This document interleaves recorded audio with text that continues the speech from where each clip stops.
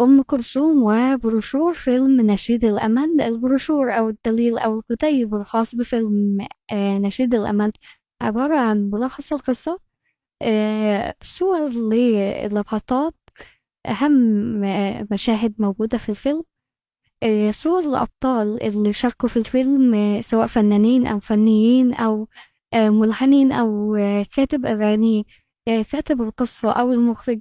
ال- البروشور الجودة بتاعته عالية جدا. في بروشورات بتبقى متهالكة بس ده الجودة بتاعته عالية جدا.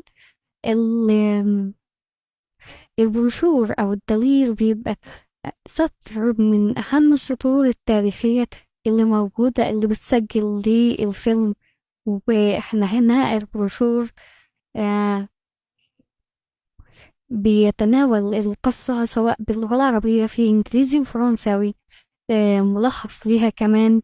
كده يبقى خلص الكلام، سلام.